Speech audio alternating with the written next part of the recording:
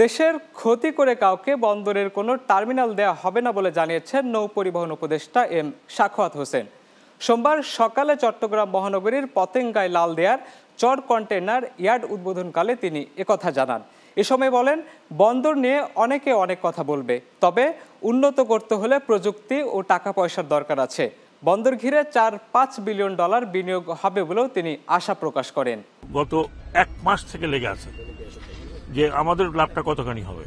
কালকে সেই বৈঠক বন্ধ, তারা যে ডিমান্ড করছে সেটা আমরা মানতে পারছি না বলে তারা চলে গেছে।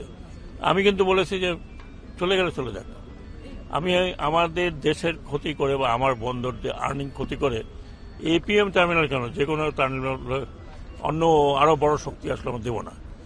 এটা আমি তো ভাই, আপনারা আমাকে ভালো করে চিনেন না, আমার লেখালেখি আপনারা পড়েছেন। আমি বাংলাদেশের বাইরে আর কোনো কিছু চিন্তা করি না।